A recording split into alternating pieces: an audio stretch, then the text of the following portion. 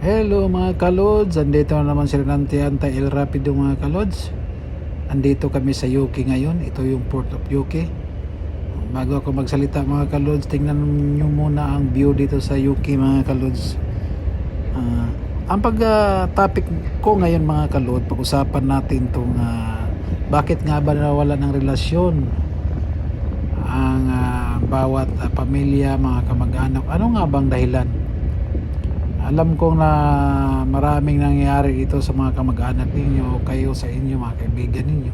Ang karamihan sa dahilan talaga mga kalods, ito yung ari-arian, kayamanan, pamana ng mga magulang nila na hindi inati. Karamihan talaga yan mga kalods, no? Ang dahilan ng bakit nawala yung relasyon sa bawat pamilya, mga kapatid.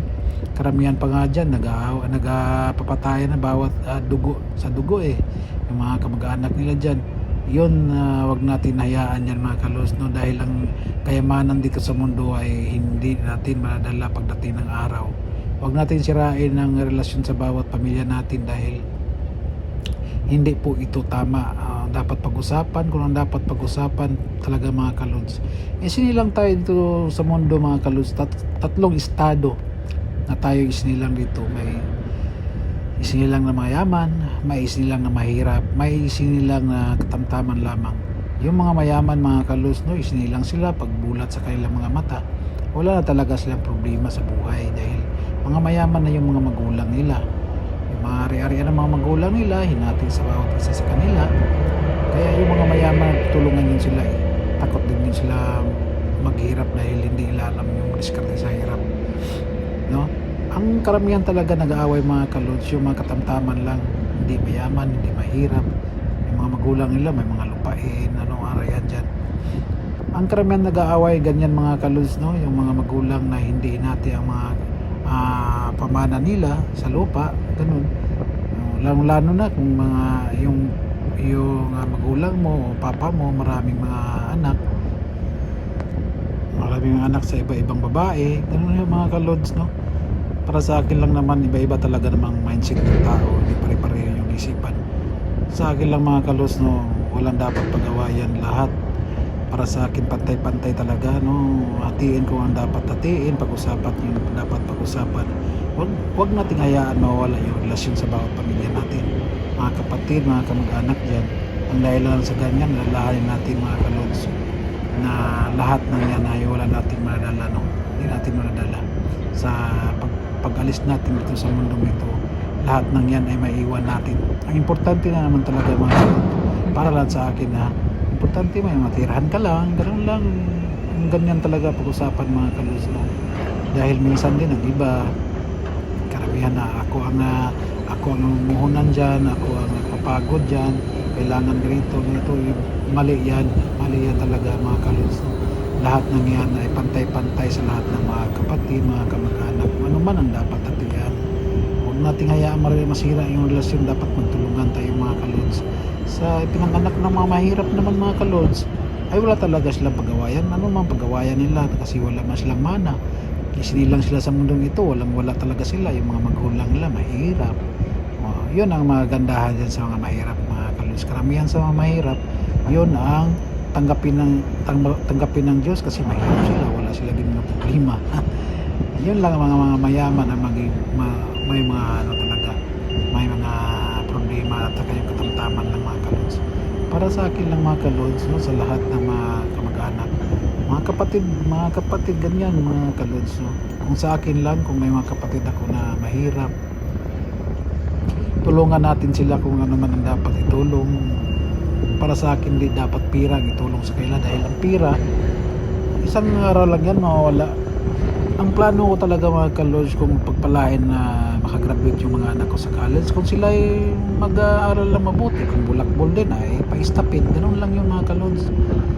Kung sakaling makagraduate sila mga kalods, ang nais ko talaga plano talaga mga kalods, lalo sa mga kapatid ko yung mga mahirap, tulungan yung mga anak nila, paralin, ganun lang mga kalos, no? Kung graduate na yung mga anak ko, dahil mahirap din kung pagsabay-sabayin mo yung tulong sa kanila at saka yung sa pamilya mo, yun ang mahirap mga kalods.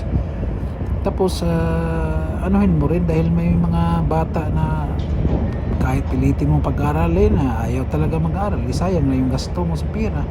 Yan lang ho mga kalods, no, dapat na sa mga kamag-anak ninyo, makilala ninyo kayo sa inyo, may mangyari yan. Huwag nating hayaan masira yung relasyon sa bawat pamilya natin mga kalods. Dahil sa mundong ito, ang lahat ng yan ay wala yan din natin nadadala. Ang importante, maging komportable tayo sa buhay, no? Yung mga mahirap, dapat magsikap kayo kasi may mga pareho naman tayo, may mga kamay.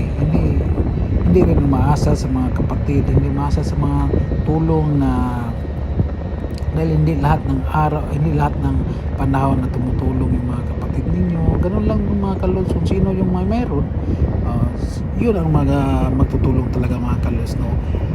Para sa akin mga kalods, lahat ng mga kamag-anak, manatiling maganda yung relasyon. Pangit kasi yung mga nag-aaway sa mga ganyang bagay mga kalods, no? Pag-usapan talaga ang dapat pag-usapan. Iyaan natin sa diplomasya sa mga bagay na dapat nating idaan mga kalods. Yan lang po mga kalods, no? Sana ma-share ninyo itong video at matawan lahat ng mga kamag-anak ninyo. At alam ko marami itong pangyayari sa lahat. Ito po ang dahilan. Ang dahilan din, isa din itong dahilan mga kalods, itong inggit. Dahil ang inggit talaga mga kalods, ito rin ang dahilan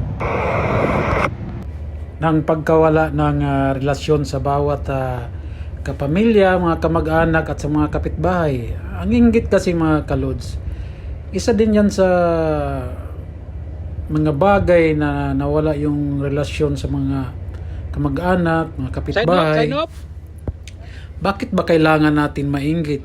Dapat nga ikakatuwa natin kung may mga kamag-anak tayo nga umangat sa kanilang pamumuhay. Hindi lang tayo, papasalamat tayo dahil kung sila ay umangat sa pamumuhay nila, hindi na tayo kailangan tumulong pa sa kanila. Yung lalo-lalo na yung mga nagsisikap na humangad yung magandang buhay ang kanilang pamilya, hindi dapat natin yan kainggitan dahil isa din yan sa dahilan kung bakit nawala yung relasyon sa mga kamag-anak at sa mga kapitbahay. Happy trip. Alam nyo mga kalods, dapat magtulungan talaga tayo mga Ang inggit natin, dapat gawin natin silang inspirasyon sa buhay. Dahil isipin natin kung kaya nila, kaya din natin yan. Gawin natin silang inspirasyon sa buhay. Hindi natin yung kainggitan ng mga kapitbahay natin, mga kamag-anak natin. Sa mga kamag-anak naman dapat tayo matuwa na umangat yung buhay nila. Yan lang po ang dapat nating tandaan kasi ugali talaga natin mga Pilipino na ganyan, no? At sa mga mahihirap naman na mga kamag-anak, laging tinutulungan, huwag tayong umasa lagi sa tulong dahil hindi lahat ng panahon makakatulong yung mga kamag-anak ninyo. Magsikap din tayo dahil pag hindi tayo magsikap umasa sa tulong, ay wala rin. Kasi may mga kamag-anak ka rin na naalala ka lang pagka kailangan nilang tulong mo. Hindi nga marunong mag-greet ng birthday mo o mag-like sa mga post mo. Yan po, mabigla ka na lang na kumusta tapos mga kailangan pala. Yun po ang tandaan natin, no? Mga ka-lods. May mga bagay talaga na dapat nating baguhin. Mga ganyang bagay. Salamat po mga kalods at sana po ma-share ito dahil para ito sa lahat po mga kalods. Ano natin ang pag-aaral.